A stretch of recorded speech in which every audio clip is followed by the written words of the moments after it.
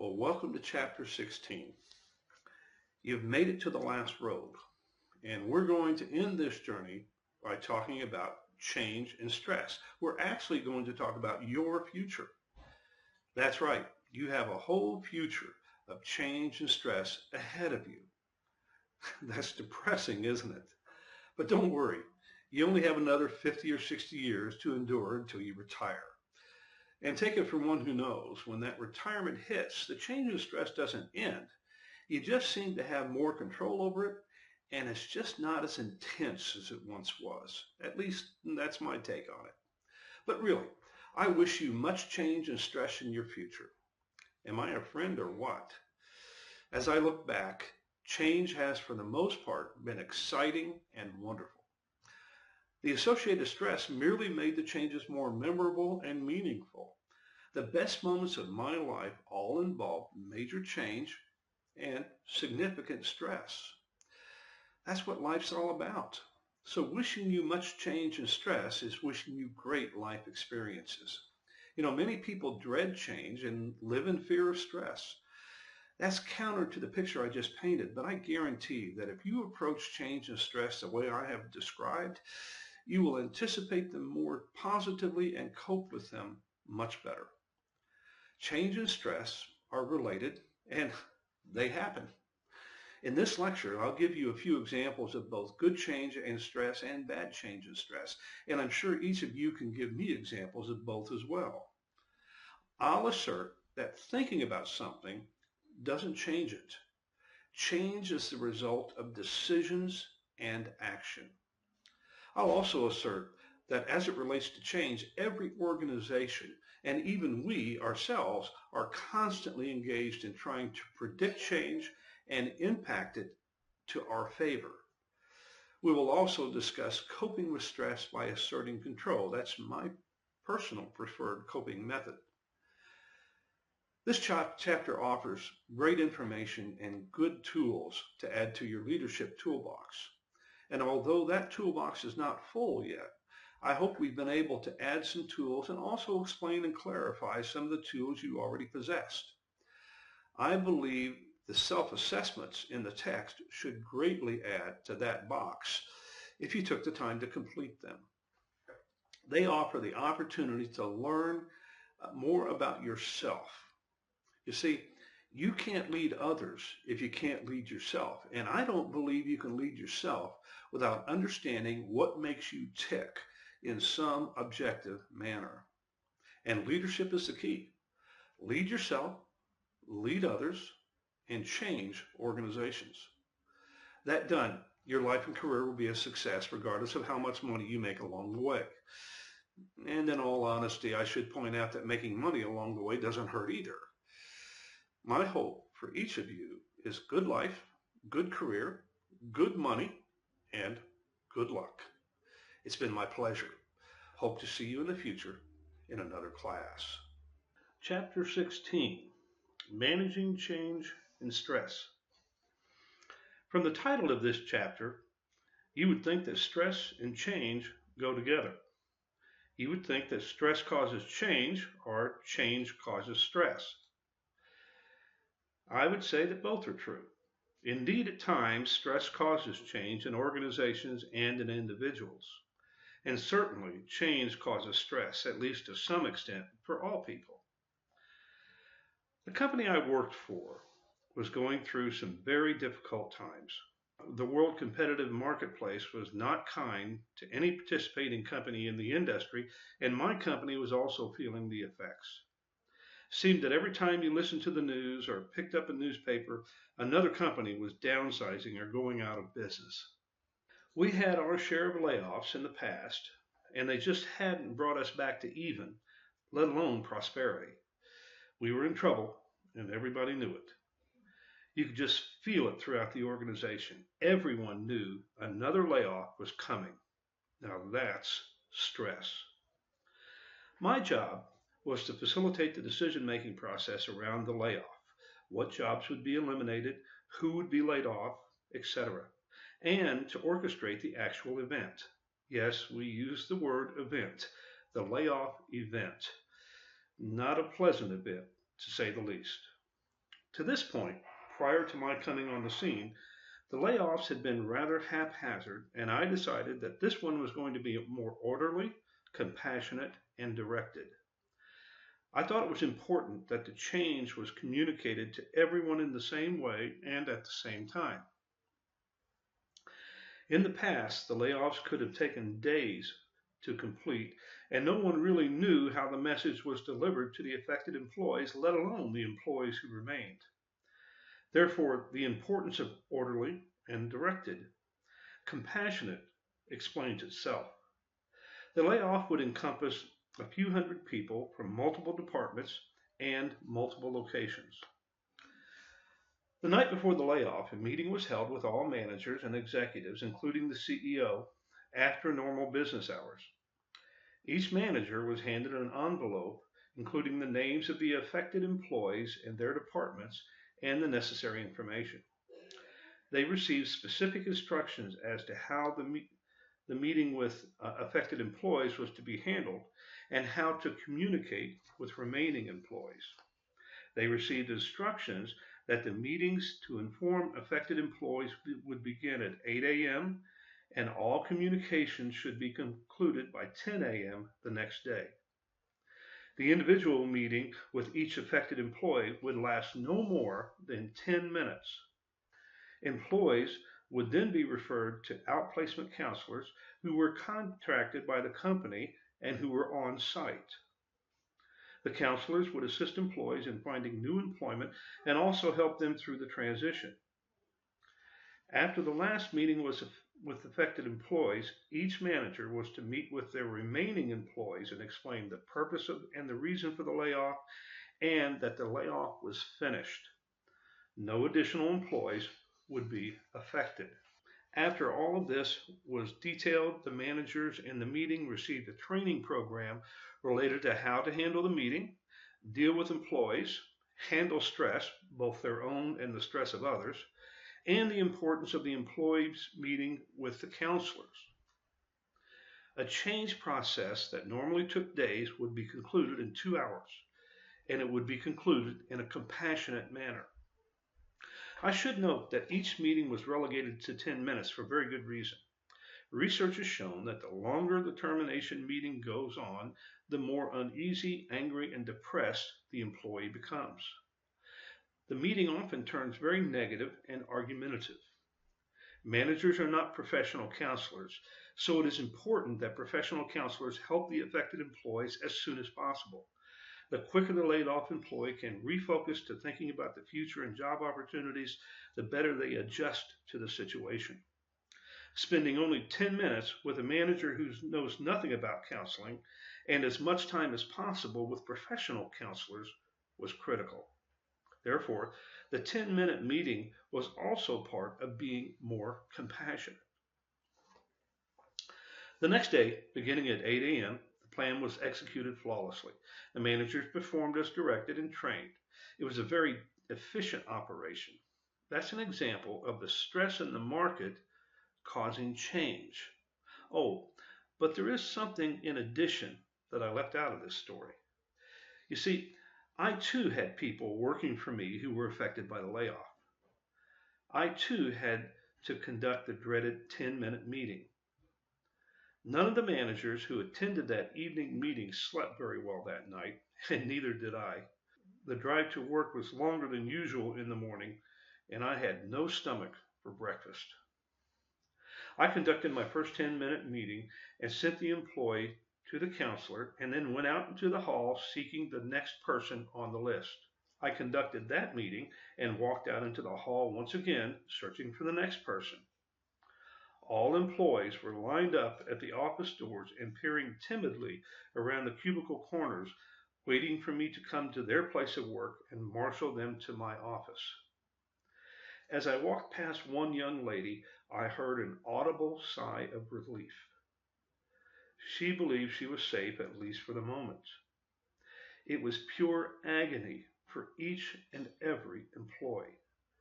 And there was no way to ease the burden or soften the tension other than to get it over with as quickly as possible and then sound the all clear.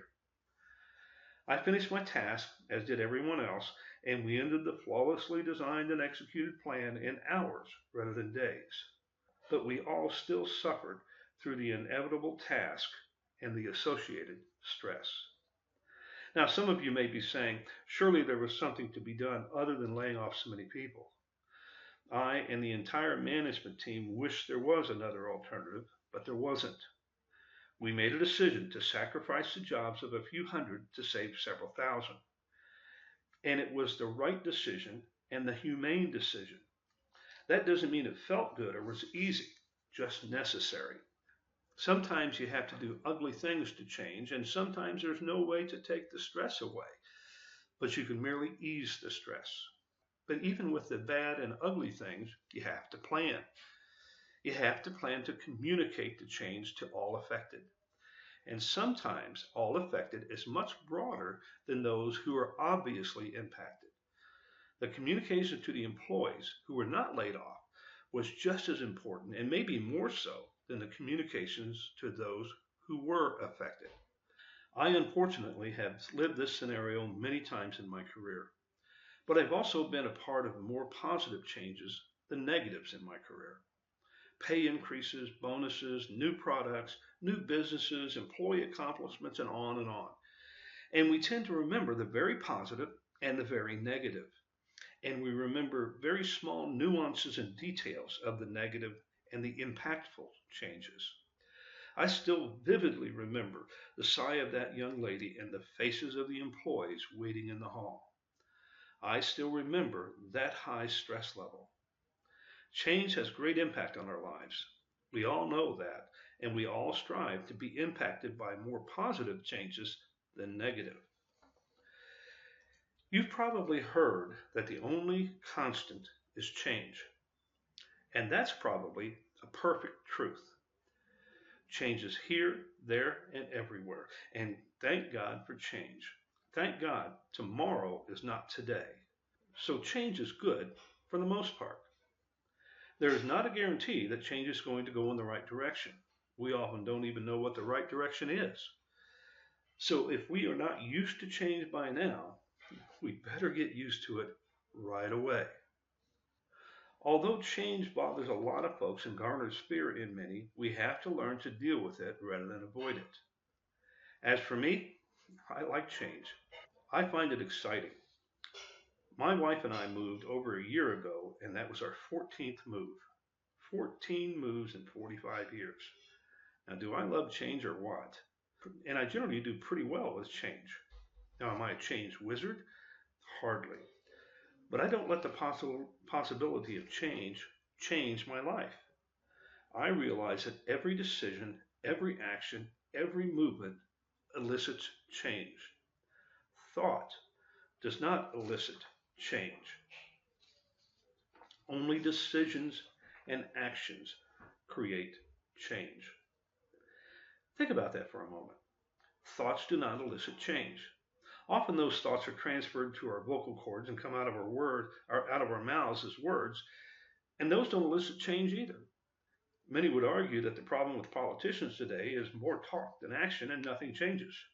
To elicit change, thoughts must be transferred into decisions and decisions into action. So what changes lie in your future? What changes are in my future? I dare say there are more changes in your future than in mine. After all, you've got a lot more future left. But as I look back, I am absolutely astounded by the change I have witnessed. And if only I could have seen the changes before they happened, I would have handled them much better and surely made a lot more money. But alas, that's not possible. You know, actually, it is possible. It's just not highly probable. Those who can predict change to come with some accuracy will realize significant returns. And really, isn't that what every organization is doing? Trying to predict change? Isn't that what you're doing? You're trying to predict the changes that will impact your life so that you can better compete and realize a greater likelihood of success. And it goes deeper than predict. It's about predicting and impacting that change. We all want to impact the change to be positive in our direction. People and organizations trying to predict change is almost as certain as change itself. What changes do you anticipate? And what changes can you predict? So let's turn our discussion to stress. The stress was obvious in my layoff example. Stress was abundant for everyone. But as the text points out, there is good stress and bad stress, just like there's good change and bad change. One of the most stressful times in my life came just before the birth of my first daughter. It suddenly struck me that I was going to be a daddy, and the implications of that new responsibility created a tremendous amount of stress. I was scared to death. But it was good stress. It was stress well founded. I wonder about people not worried about parenting children, and it was stress that made me a better parent. So stress is a strange bird, in that it can be caused by the most positive and joyful things, think of your wedding, or by the most negative and doleful events, such as my layoff situation. Note that the text says that both work overload and work underload can be stressors. That's on page 589, and it is included in the model of occupational stress. I found that to be very true. In the manufacturing world, too much stress and too much overtime stresses families and employees to the max. But too little work and idle time allows minds to wander and work overtime and design all types of stories as to why business is slow. Stress builds up because there's not enough to do. Employees are happiest and at ease when the workload is at an acceptable level and steady, and they're more uneasy when it's too high or too low. The text also states on page 557 that the more control you have over your environment, the less stress you will experience. I absolutely believe in that premise. This is also restated in the text on page 582 under the approaches of coping with stress. If you want to cope with stress better, take control of those things over which you have control. During my career, I've been a rather adversarial manager at times and one who did not tolerate some decisions and actions easily. Although I've never been fired from a job, I've been threatened several times and at times believed that I would be fired. The stress of cognitive dissonance, remember that term from previous chapters. In other words, holding an opinion that differs from the organization's intent and the desire to remain employed at the same time was very high. I could control my behavior, but I couldn't control if I would be unemployed. My way of coping with that stress was to sit down and make a home budget to determine how long I could remain unemployed before disaster struck my family. In other words, if fired, how long did I have to find another job? When I reached that answer and saw that it was several months that I could survive, my stress level reduced because I knew I could survive the worst case scenario and recover. This realization not only helped me cope with the stress, but it also gave me the courage to take many unpopular positions and drive change as I thought ethical and necessary. You see, you can't avoid stress. You can't erase stress, but you can cope with stress. And I'm sure all of you felt stress at some time or another in your life. And I'm equally sure that all of you will experience more stress and change. And I can say in most cases, I can predict that you will experience more intense stress in the future than you are experiencing now or in your past. The skills defined in this chapter relate to managing and driving change and coping with stress are great lessons to learn and to practice. If you think you perform poorly in managing or coping with stress, it's time to change. And remember, change doesn't come from thoughts. It only comes from decisions and actions. Decide now to improve your skills at managing both stress and change, and then take action. So here we are at the end of our study of organizational behavior. As you probably figured out, it is difficult to separate the organization from the you. That's because organizations are made up of yous and share many of the same characteristics. It is fitting that we end our discussions on a note of change. It is my hope that you will be the drivers of organizational change in your chosen career field and in the organizations that you ultimately join. Leadership is the key, and becoming a good leader will enhance your career immensely. And I can assure you that a successful career is not defined by how much money you make, but by how much you have accomplished and contributed during your career. And the accomplishments all involve change, and the driving of change involves leadership. Become good leaders. God knows we need them because there has been a startlingly lack of good leadership or an abundance of poor leadership from my generation. The future is yours. Please use your newfound knowledge of people, yourself, and organizations to move to a better place than that place we have left you. In other words, a better place than where we are now. I've enjoyed this semester and hope you have as well. Good luck to all of you in your careers and your private endeavors, and hope to see you or hear from you soon in another class.